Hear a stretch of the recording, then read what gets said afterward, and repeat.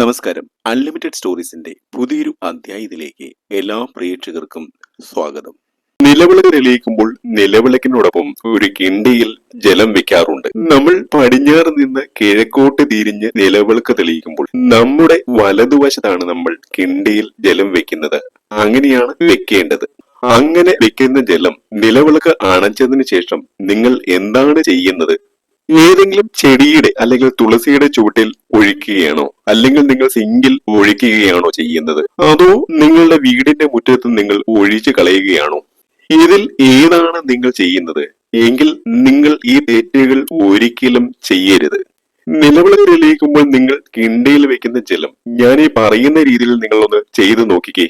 നിലവിളക്ക് അണച്ചതിനു ശേഷം കിണ്ടിയിലെ ജലം ഞാൻ ഈ പറയുന്ന രീതിയിൽ കൊണ്ടുപോയി ഒന്ന് ഒഴിച്ചു നോക്കിക്കേ.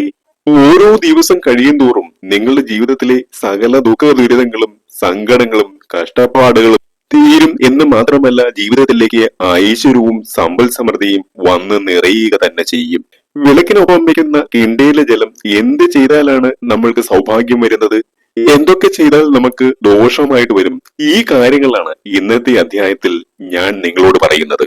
ആദ്യം തന്നെ നിങ്ങൾ എല്ലാവരും മനസ്സിലാക്കണം, എന്തിനാണ് നിലവിളക്ക് തെളിയിക്കുമ്പോൾ കിണ്ടിയിൽ ജലം വെക്കുന്നത് എന്ന്. പഞ്ചഭൂതങ്ങളെ സമന്വയിപ്പിക്കുക എന്നുള്ളതാണ് കിണ്ടിയിൽ ജലം വെക്കുന്നതിന്റെ ആദ്യ ഉദ്ദേശം. നമ്മൾ സന്ധ്യയ്ക്ക് അല്ലെങ്കിൽ രാവിലെ നിലവിളക്ക് തെളിയിക്കുമ്പോൾ അവിടെ പഞ്ചഭൂതങ്ങളുടെ സാന്നിധ്യം ഉണ്ടാക്കി അതിനെ സമന്വയിപ്പിക്കുന്നതിന് വേണ്ടിയിട്ടാണ് നിലവിളക്ക് തെളിയിക്കുമ്പോൾ അതിന്റെ അടുത്ത് നമ്മൾ കിണ്ടിയിൽ വെള്ളം വെക്കുന്നത്. ഒരിക്കലും കിണ്ടിയിൽ അല്ലെങ്കിൽ ഒരു ഓട്ടുപാത്രത്തിൽ, കിണ്ടിയിൽ വെച്ചില്ലെങ്കിൽ ഓട്ടുപാത്രത്തിൽ വെച്ചാലും മതി, അങ്ങനെ ജലം വെക്കാതെ നിലവിളക്ക് തെളിയിക്കുന്നതിന്റെ മഹത്വം പൂർണ്ണമാവുകയില്ല എന്നുള്ളതാണ്. ജലം വെക്കാതെ വിളക്ക് തെളിയിക്കുന്നത് അപൂർണമാണ്. പഞ്ചഭൂതങ്ങളായ ആകാശം, ഭൂമി, വായു, അഗ്നി, ജലം ഇവ അഞ്ചും ചേരുന്ന ആ സമന്വയത്തിന് വേണ്ടിയിട്ടാണ് നമ്മൾ കിണ്ടിയിൽ വെള്ളം വെക്കുന്നത്. സകല ദേവീദേവന്മാരും ഉത്ഭവിക്കുന്ന ആ സമന്വയ സ്ഥാനമായി ആ നിലവിളക്ക് മാറണമെന്നുണ്ടെങ്കിൽ കിണ്ടിയിൽ അവിടെ ജലം വെച്ചിരിക്കണം, അല്ലെങ്കിൽ ഒരു ഓട്ടുപാത്രത്തിൽ അവിടെ ജലം വെച്ചിരിക്കണം. എങ്കിൽ മാത്രമേ പഞ്ചഭൂതങ്ങളുടെ സമന്വയ സ്ഥാനമായി ആ നിലവിളക്ക് മാറുകയുള്ളൂ. അതുകൊണ്ടാണ് നമ്മുടെ അച്ഛനമ്മമാർ, നമ്മുടെ കാരണവന്മാർ പറയുന്നത് കിണ്ടിയിൽ ജലം വെക്കാതെ നിലവിളക്ക് തെളിയിക്കരുത് എന്ന്. ചില വീട്ടമ്മമാർ, ചില കുടുംബിനികളൊക്കെ ചെയ്യുന്ന വലിയ തെറ്റുണ്ട്. പല വീടുകളിൽ ഞാൻ അത് കാണാറുണ്ട്. അങ്ങനെ കാണുമ്പോൾ അവിടുത്തെ വീട്ടമ്മമാരോട് ഞാൻ ആ തെറ്റ് പറഞ്ഞു കൊടുക്കാറുണ്ട്. ഒരു നേരം ഉപയോഗിച്ച ജലം, കിണ്ടിയിലെ ജലം, പിന്നീട് അത് ഉപയോഗിക്കരുത് എന്ന്. കാരണം രാവിലെ ഉപയോഗിച്ച ജലം, രാവിലെ കിണ്ടിയിൽ ഉപയോഗിച്ച ജലം പല വീട്ടമ്മമാരും പല കുടുംബിനിമാരും സന്ധ്യയ്ക്ക് നിലവിളക്ക് തെളിയിക്കുമ്പോഴും അതേ ജലം തന്നെ ഉപയോഗിക്കാറുണ്ട്. അതായത് രാവിലെ കിണ്ടിയിൽ വെച്ച ജലം അതേപോലെ വെച്ചിരുന്നിട്ട് വൈകിട്ടും ആ ജലം തന്നെ, കിണ്ടിയും ജലവും അത് തന്നെ ഉപയോഗിക്കും. ഒരിക്കലും അങ്ങനെ ചെയ്യല്ലേ, അത് മഹാ അപരാധമാണ്. ഒരിക്കൽ നമ്മൾ ഉപയോഗിച്ച ജലം പിന്നീട് ഒരിക്കലും നമ്മൾ നിലവിളക്ക് തെളിയിക്കുമ്പോൾ അത് ഉപയോഗിക്കുവാൻ പാടില്ല. നമ്മൾ നിലവിളക്ക് തെളിയിക്കുമ്പോൾ വെക്കുന്ന കിണ്ടിയിലെ ജലം അത് നിലവിളക്ക് അണച്ചു കഴിഞ്ഞാൽ അത് നിർമാല്യമായിട്ട് മാറും. നമ്മൾ ഒരിക്കലും ഉപയോഗിച്ച ജലം രണ്ടാമത് നമ്മൾ ഉപയോഗിക്കുവാൻ പാടില്ല. അങ്ങനെ നിർമാല്യമായ ജലം മറ്റൊരു നേരത്തേക്ക് നമ്മൾ ഒരിക്കലും വെക്കുവാൻ പാടില്ല. പല വീട്ടമ്മമാരും ചോദിക്കാറുള്ളത്, ഒരേ ദിവസം തന്നെയല്ലേ വെക്കുന്നത്, അപ്പോൾ മറ്റൊരു നേരത്തേക്ക് കൂടി ആ കിണ്ടിയും ജലം അതേപോലെ ഉപയോഗിക്കാൻ പാടില്ലേ എന്നാണ്. ഒരേ ദിവസം തന്നെയാണ് ഉപയോഗിക്കുന്നത്, പക്ഷെ നിർമാല്യമായി കഴിഞ്ഞാൽ പിന്നീട് ആ കിണ്ടിയും ജലവും മറ്റൊരു നേരത്തേക്ക് ഉപയോഗിക്കാൻ പാടില്ല. അങ്ങനെ ഉപയോഗിക്കുകയാണെങ്കിൽ അതിലും വലിയൊരു ദോഷം നമ്മൾക്ക് വരാനില്ല, ആ കുടുംബത്തിന് വരാനില്ല. ഏതെങ്കിലും വീട്ടമ്മമാർ ഈ തെറ്റ് ചെയ്യുന്നുണ്ടെങ്കിൽ ഒന്ന് തിരുത്തിയേക്കുക. ഇപ്പോൾ നിങ്ങൾ ചോദിക്കുന്ന ചോദ്യം, പിന്നെ എങ്ങനെയാ തിരുമേനി ഈ കിണ്ടിയിലെ ജലം എന്താണ് ചെയ്യേണ്ടത് എന്നായിരിക്കും. അതിന് 5 കാര്യങ്ങളാണ് ചെയ്യേണ്ടത്. 5-ൽ ഏതെങ്കിലും ഒന്ന് ചെയ്യുക. ഞാൻ ഇവിടെ പറയുന്ന 5 രീതികളിൽ മാത്രമേ കിണ്ടിയിൽ വെക്കുന്ന ജലം കൈകാര്യം ചെയ്യാൻ പാടുള്ളൂ. ഇതിൽ ആദ്യത്തേത് ഞാൻ പറഞ്ഞല്ലോ, കിണ്ടിയിൽ വെക്കുന്ന ജലം അത് ഈശ്വരന്റെ തീർത്ഥമായിട്ട് മാറുന്നതാണ്. അതുകൊണ്ട് തന്നെ വിളക്ക് അണച്ചതിന് ശേഷം കിണ്ടിയിൽ വരുന്ന ജലം നിങ്ങൾ സേവിക്കുന്നത്, അല്പം നിങ്ങൾ കുടിക്കുന്നത് വളരെ നല്ലതാണ്. ഇങ്ങനെ ചെയ്യുന്ന വീട്ടമ്മമാരുണ്ടെങ്കിൽ അത് കമന്റ് ബോക്സിൽ ഒന്ന് രേഖപ്പെടുത്തണേ. അങ്ങനെ അറിയാൻ കഴിയുന്നത് തന്നെ മഹാഭാഗ്യമാണ്, ഏറ്റവും വലിയ ഐശ്വര്യമാണ്. ഈ ജലം സേവിക്കുക എന്ന് പറയുമ്പോൾ അങ്ങനെ സേവിക്കണമെങ്കിൽ നിങ്ങൾ ആ കിണ്ടിയിലെ ജലത്തിൽ മറ്റൊന്നും ഇടാൻ പാടില്ല. ഒരു രീതിയിലുള്ള പൂക്കളും ഒന്നും ഇടാൻ പാടില്ല. ആകെ ആ കിണ്ടിയിലെ ജലത്തിൽ ഇടാൻ കഴിയുന്നത് തുളസി കതിരുകൾ മാത്രമാണ്. മറ്റൊന്നും അതിലിടാൻ പാടില്ല എന്നുള്ളതാണ്. ചിലര് തുളസി കതിരും തെച്ചിപ്പൂവും ഇടും. അങ്ങനെ ചെയ്യില്ലേ? അപ്പോൾ അങ്ങനെ സേവിക്കണമെന്നുണ്ടെങ്കിൽ ആ കിണ്ടിയിലെ ജലത്തിൽ തുളസി കതിർ മാത്രമേ ഇടാൻ പാടുള്ളൂ. നിങ്ങൾ നിലവിളക്ക് തെളിയിക്കുന്ന സമയത്ത് അല്പം തുളസി കതിർ നുള്ളി ഇടുക എന്നുള്ളതാണ്. അങ്ങനെ തുളസി കതിരിട്ട് തുളസി തീർത്ഥമായി മാറുന്ന ആ ജലം, അങ്ങനെയുള്ള ജലം മാത്രമേ നിങ്ങൾ സേവിക്കുവാൻ പാടുള്ളൂ. അല്ലാതെ പൂക്കളും മറ്റും ഇട്ടിട്ട് ആ ജലം സേവിക്കുന്നത് ഉത്തമമല്ല എന്നുള്ളതാണ്. എന്തുകൊണ്ടാണെന്ന് വെച്ചാൽ പല പൂക്കളും ജലത്തിൽ ലയിക്കുമ്പോൾ അത് വിഷാംശമായി മാറും എന്നുള്ളതാണ്. അല്ലെങ്കിൽ ജലവുമായിട്ട് ചേരുമ്പോൾ അത് വിഷാംശമുള്ളതായിട്ട് മാറും. അരളി പോലുള്ള പൂക്കളൊക്കെ വളരെയേറെ വിഷാംശമുള്ളതാണ്. അതുപോലെ തന്നെ പാല് കുടിക്കുന്ന ചില പൂക്കൾ, ഇതൊന്നും തന്നെ വെള്ളത്തിൽ നിങ്ങൾ ഇടാൻ പാടില്ല. അങ്ങനെ ഇട്ട വെള്ളം ഒരിക്കലും സേവിക്കുവാൻ പാടില്ല, അത് വിഷാംശമുള്ളതായിരിക്കും. അങ്ങനെ മറ്റു പൂക്കളിട്ട ജലം സേവിക്കുന്നത് വഴി നിങ്ങൾക്ക് പല രീതിയിലുള്ള ആരോഗ്യ പ്രശ്നങ്ങൾ ഉണ്ടാകാനുള്ള സാധ്യതകൾ വന്നു ചേരും. അപ്പോൾ കിണ്ടിയിലെ ജലം സേവിക്കണമെന്നുണ്ടെങ്കിൽ അങ്ങനെ സേവിക്കുന്നവരെ എപ്പോഴും അതിനകത്ത് തുളസി കതിർ നുള്ളിയിട്ട് വെക്കുക. നിലവിളക്ക് തെളിയിക്കുന്ന സമയത്ത് തന്നെ കിണ്ടിയിലെ ജലത്തിൽ തുളസി കതിർ നുള്ളിയിടുക. ഭഗവാനും ഭഗവതിക്കും ഒരുപോലെ പ്രിയപ്പെട്ടതാണ് തുളസി കതിർ എന്ന് പറയുന്നത്. അപ്പോൾ കിണ്ടിയിലെ തീർത്ഥജലം സേവിക്കുക എന്നുള്ളതാണ് ഒന്നാമത്തെ ശരിയായ രീതി. ഇനി രണ്ടാമത്തെ ശരിയായ രീതി എന്ന് പറയുന്നത്, നിങ്ങൾ നിലവിളക്ക് തെളിയിക്കുമ്പോൾ കിണ്ടിയിൽ വെക്കുന്ന ജലം അതിനകത്ത് തുളസി കതിർ ഇട്ടതാണെങ്കിലും മറ്റു പൂക്കൾ ഇട്ടതാണെങ്കിലും നിങ്ങൾക്ക് നിങ്ങളുടെ വീട്ടിലെ തുളസി തറയിൽ തുളസിയുടെ ചുവട്ടിൽ ഒഴിക്കാം എന്നുള്ളതാണ്. അത് ഏറ്റവും ഐശ്വര്യമാണ്. തുളസി തറയിൽ നമ്മൾ നിത്യവും വെക്കുന്ന, രാവിലെ ആയാലും വൈകിട്ടായാലും നമ്മൾ വെക്കുന്ന നിലവിളക്കിനൊപ്പം വെക്കുന്ന കിണ്ടിയിലെ ജലം ഒഴിക്കുന്നത് ഏറ്റവും ഐശ്വര്യകരമാണ്, ഏറ്റവും ഭാഗ്യദായകമാണ്. അത് ആ വീടിന് നല്ല രീതിയിലുള്ള ഉയർച്ച കൊണ്ടുവരും. പക്ഷെ അത് ഒഴിക്കുന്നവരുണ്ടെങ്കിൽ ഒരു കാര്യം നിങ്ങൾ പ്രത്യേകമായിട്ട് ശ്രദ്ധിക്കണം. അങ്ങനെ ശ്രദ്ധിച്ചില്ലെങ്കിൽ അത് മഹാദോഷമായിട്ട് മാറും. കാര്യം മറ്റൊന്നുമല്ല, നിങ്ങൾ കിണ്ടിയിലെ ജലം തുളസിത്തറയിൽ ഒഴിക്കുന്നത് സന്ധ്യ കഴിഞ്ഞാൽ അല്ലെങ്കിൽ രാത്രിയായാൽ ഒരിക്കലും ഒഴിക്കുവാൻ പാടില്ല എന്നുള്ളതാണ്. ചില വീട്ടമ്മമാർക്കൊരു ശീലമുണ്ട്, സന്ധ്യക്ക് നിലവിളക്ക് അണച്ചു കഴിഞ്ഞാൽ ഉടനെ തന്നെ അത് തുളസിത്തറയിൽ കൊണ്ടുപോയി ഒഴിച്ചതിന് ശേഷം വീട്ടിലെ വാതിലടയ്ക്കും. ഒരിക്കലും നിങ്ങൾ അങ്ങനെ ചെയ്യരുത് കേട്ടോ. അങ്ങനെ അറിയാതെ ആരെങ്കിലും ചെയ്യുന്നുണ്ട് എങ്കിൽ ഇന്ന് തന്നെ അത് നിർത്തുക. സന്ധ്യ കഴിഞ്ഞ് പിറ്റേ ദിവസം നേരം പുലരുന്നത് വരെ, സൂര്യൻ ഉദിക്കുന്നത് വരെ യാതൊരു കാരണവശാലും തുളസി തറയിലോ തുളസിയുടെ ചുവട്ടിലോ ജലം ഒഴിക്കുവാൻ പാടില്ല. ഒരു രീതിയിലുള്ള ജലവും ഒഴിക്കാൻ പാടില്ല. പ്രത്യേകിച്ച് കിണ്ടിയിൽ വെക്കുന്ന ജലം ഒഴിക്കാനേ പാടില്ല എന്നുള്ളതാണ്. അതേസമയം പിറ്റേ ദിവസം ഈ കിണ്ടിയിലെ ജലം, പകൽ സമയത്ത് ഈ കിണ്ടിയിലെ ജലം തുളസിത്തറയിൽ അല്ലെങ്കിൽ തുളസിയുടെ ചുവട്ടിൽ നിങ്ങൾക്ക് ഒഴിക്കാം. അത് ഏറ്റവും ശുഭകരവുമാണ് എന്നുള്ളതാണ്. ഇതാണ് രണ്ടാമതായിട്ടുള്ള ശരിയായ രീതി. ഇനി മൂന്നാമത്തെ ശരിയായ രീതി എന്ന് പറയുന്നത്, ഇത് ഞാൻ എല്ലാവർക്കും സജസ്റ്റ് ചെയ്യുന്ന രീതിയാണ്. എല്ലാവർക്കും ഇത് ഉപയോഗപ്പെടുത്താം ഈ ഒരു രീതി. എന്താന്ന് വെച്ചാൽ, നിങ്ങൾ മുറ്റമൊക്കെ അടിച്ചതിന് ശേഷം ആ മുറ്റത്ത് ഈ തുളസി ജലത്തിൽ, ഈ കിണ്ടിയിലെ ജലത്തിൽ അല്പം മഞ്ഞൾ പൊടി കൂടി കലർത്തിയതിനു ശേഷം അത് ആ മുറ്റത്ത് എല്ലായിടത്തും തളിക്കുക. അതുപോലെ മുറിയൊക്കെ വൃത്തിയാക്കിയതിനു ശേഷം മുറികളിലും ആ വെള്ളം നിങ്ങൾക്ക് തളിക്കാം. ആ മഞ്ഞൾ വെള്ളം, കിണ്ടിയിലെ മഞ്ഞൾ വെള്ളം നിങ്ങൾക്ക് തളിക്കാം. ബാക്കി വരുന്ന ജലം നമ്മുടെ പാദസ്പർശനം ഏകാത്ത ഏതെങ്കിലും സ്ഥലത്ത് ഒഴിച്ചു കളയുകയോ അല്ലെങ്കിൽ നിങ്ങളുടെ മുറ്റത്തോ മറ്റു പറമ്പിലോ ഒക്കെ ഒഴിച്ച് കളയുകയോ അല്ലെങ്കിൽ തളിച്ചു കളയുകയോ തളിക്കുകയോ ചെയ്യാം. ഇതാണ് ആദ്യ ശ്രേഷ്ഠമായിട്ടുള്ള രീതി. നമ്മുടെ വീടിന്റെ പരിസരത്തുള്ള സകല മൂദേവിയും ഇറങ്ങി പോകുന്നതിന് ഏറ്റവും ഉപകാരപ്പെടുന്ന ഒരു രീതിയാണ് ഇത്.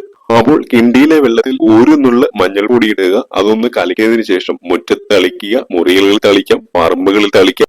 അപ്പോൾ ഒരു കാരണവശാലും കിണ്ടിയിലെ ജലം നിങ്ങൾ നിങ്ങളുടെ സിങ്കിൽ ഒഴിക്കാനോ അല്ലെങ്കിൽ മുറ്റത്ത് വെറുതെ ഒഴിച്ചു കളയുവാനോ ഒന്നും പാടില്ല എന്നുള്ളതാണ്. അപ്പോൾ ഇതാണ് ശരിയായ മൂന്നാമത്തെ രീതി. ഇനി നാലാമത്തെ രീതി എന്ന് പറയുന്നത്, നിങ്ങളുടെ വീട്ടിൽ കറ്റാർവാഴ, മഞ്ഞൾ, മുള, തെച്ചി, മന്ദാരം, മുക്കുറ്റി, ഈ 5-6 ചെടികളുണ്ടല്ലോ, വളരെ വിശേഷപ്പെട്ട ചെടികളാണ്. നിങ്ങളുടെ വീട്ടിൽ ഞാൻ ഈ പറഞ്ഞ ചെടികൾ ഉണ്ടെങ്കിൽ അതിന്റെ ചുവട്ടിൽ ഈ കിണ്ടിയിലെ ജലം ഒഴിക്കുന്നതും അതീവ ശ്രേഷ്ഠമാണ്, അത്യുത്തമമാണ്. ആരും ചവിട്ടാത്തൊരു സ്ഥലത്താണ് ഇത് നിൽക്കുന്നതെങ്കിൽ വളരെ നല്ലതാണ്. അല്ലെങ്കിൽ അതിന്റെ ചുവട്ടിൽ ഒരു കല്ലൊക്കെ വെച്ച് അതിനെ ഒന്ന് വേർതിരിച്ചു വെക്കുക, എന്നിട്ട് അതിന്റെ ചുവട്ടിൽ ഒഴിക്കുക.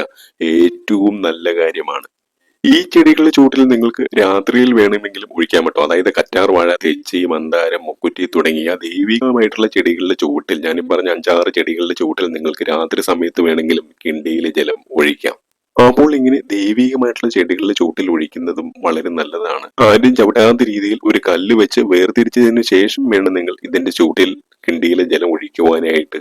ഇനി അഞ്ചാമത്തെ കാര്യം എന്ന് പറയുന്നത്, പലരും എന്നോട് ചോദിക്കാറുള്ള, ഫ്ലാറ്റിലേക്കാണ് താമസിക്കുന്നത്, ചിലപ്പോൾ വിദേശത്തൊക്കെ ആയിരിക്കാം, വിദേശത്തൊക്കെ ഫ്ലാറ്റുകളിലായിരിക്കാം താമസിക്കുന്നത്, നിലവിളക്ക് വെക്കാറുണ്ട്, പക്ഷെ കിണ്ടിയിലെ ജലം കളയാൻ ഒരു മാർഗമില്ല, എന്താണ് തിരുമേനി ചെയ്യേണ്ടത്? അങ്ങനെ ഫ്ലാറ്റുകളിലൊക്കെ താമസിക്കുന്നവരാണെങ്കിൽ നിങ്ങൾ കിണ്ടിയിലെ വെള്ളം ഒരു പാത്രത്തിൽ അല്ലെങ്കിൽ ഒരു കുപ്പിയിൽ ഒഴിച്ചു വെക്കുക.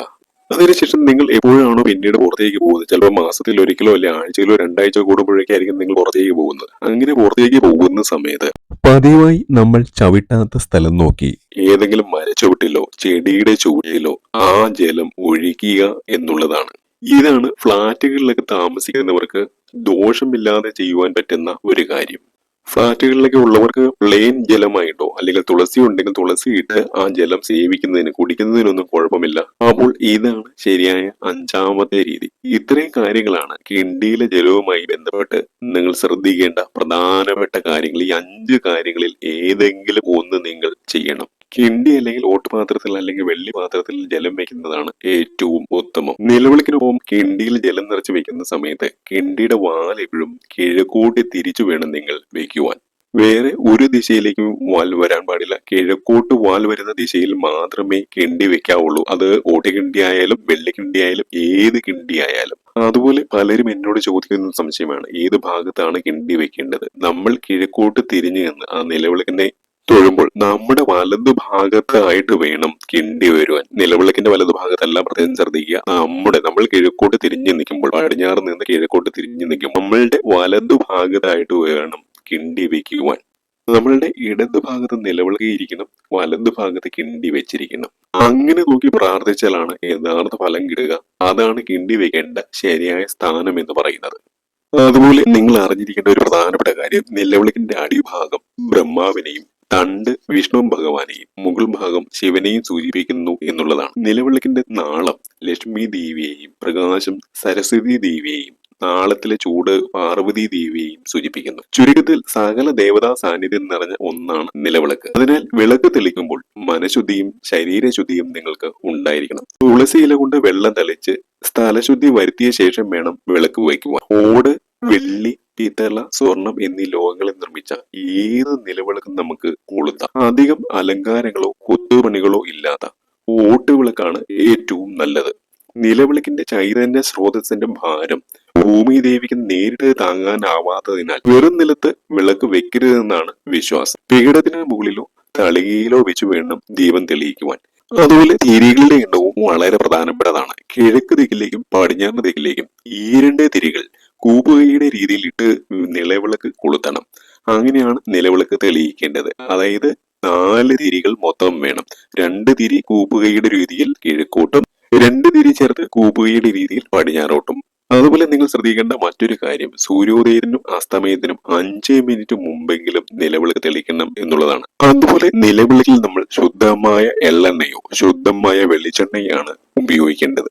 കുടുംബനാഥയാണ് നിലവിളക്ക് തെളിക്കേണ്ടത്. കുടിവിളക്കിൽ തിരി കത്തിച്ചുകൊണ്ട് ദീപം ദീപം എന്ന് ഉച്ചത്തിൽ പറഞ്ഞുകൊണ്ട് നിലവിളക്കിനടുത്തെത്തി വണങ്ങിയ ശേഷം ദീപം തെളിയിക്കണം. ഈ സമയത്ത് കുടുംബാംഗങ്ങൾ ഉണ്ടെങ്കിൽ അവരെല്ലാവരും നിലവിളക്കിനെ തൊഴുത് നമസ്കരിക്കണം. ഇനി എവിടെയാണ് നിലവിളക്കിന്റെ സ്ഥാനം എന്ന് നമുക്ക് നോക്കാം. പൂജാമുറിയിലോ വീടിന്റെ ഉമ്മറത്തോ നിലവിളക്ക് വെക്കേണ്ടത്. അല്ലെങ്കിൽ ഈശാന കോണായ വടക്ക് കിഴക്കോ വീടിന്റെ മധ്യഭാഗത്തോ തെക്കു പടിഞ്ഞാറ് ഭാഗത്തോ വിളക്ക് വയ്ക്കാം. വിളക്കിലെ എണ്ണ ഏകദേശം വറ്റുന്നത് വരെ കത്തിച്ചു വെക്കാമെന്നാണ് കണക്ക്. എങ്കിലും ഏകദേശം ഒരു 40 മിനിറ്റിന് ശേഷം സന്ധ്യ കഴിയുമ്പോൾ വിളക്ക് അണയ്ക്കുന്നതിൽ തെറ്റില്ല. തിരികൾ അണയ്ക്കുമ്പോൾ ഊതിക്കെടുത്തുവാൻ പാടില്ല. പുഷ്പം ഉപയോഗിച്ച് കെടുത്തുന്നതാണ് ഏറ്റവും ഉത്തമം. അല്ലെങ്കിൽ ആ എണ്ണയിൽ മുക്കി തിരികൾ കെടുത്താം. അതുപോലെ ചില പ്രത്യേക സാഹചര്യങ്ങളിൽ ചിലപ്പോൾ ഒരു നേരം വിളക്ക് കൊളുത്തുവാൻ കഴിഞ്ഞില്ല എന്ന് വരാം. അങ്ങനെ വിളക്ക് കൊളുത്തുവാൻ കഴിഞ്ഞില്ല എന്നോർത്ത് ഒരു രീതിയിലും ഈശ്വര കോപമോ ദോഷമോ ഒന്നും വരില്ല എന്ന് മനസ്സിലാക്കുക. ഒരു ദിവസം ആ ഭവനത്തിൽ ലഭിക്കേണ്ട പോസിറ്റീവ് ഊർജം അല്പം കുറഞ്ഞിരിക്കുമെന്നേ ഉള്ളൂ. അതുപോലെ വിളക്ക് കത്തിച്ച് തൊഴുമ്പോൾ ശിവം ഭവതു കല്യാണമായുരാരോഗ്യ വർദ്ധനം മമ ബുദ്ധി പ്രകാശായ ദൈവതേ നമോ നമ എന്ന മന്ത്രം ചൊല്ലിക്കൊണ്ട് വേണം നിങ്ങൾ പ്രാർത്ഥിക്കുവാൻ. അപ്പോൾ ഇന്നത്തെ അധ്യായം നിങ്ങൾക്ക് വളരെയേറെ ഉപകാരപ്പെട്ടു എന്ന് വിചാരിക്കുന്നു. നിങ്ങൾക്ക് ഏതെങ്കിലും രീതിയിലുള്ള സംശയങ്ങൾ ഉണ്ട് എങ്കിൽ ഏത് സമയത്തും നിങ്ങൾക്ക് എന്നെ വിളിക്കാം. മറ്റൊരു അധ്യായത്തിൽ കാണുന്നതുവരെ എന്റെ എല്ലാ പ്രിയ പ്രേക്ഷകർക്കും ഹൃദയപൂർവമായ നന്ദി, നമസ്കാരം.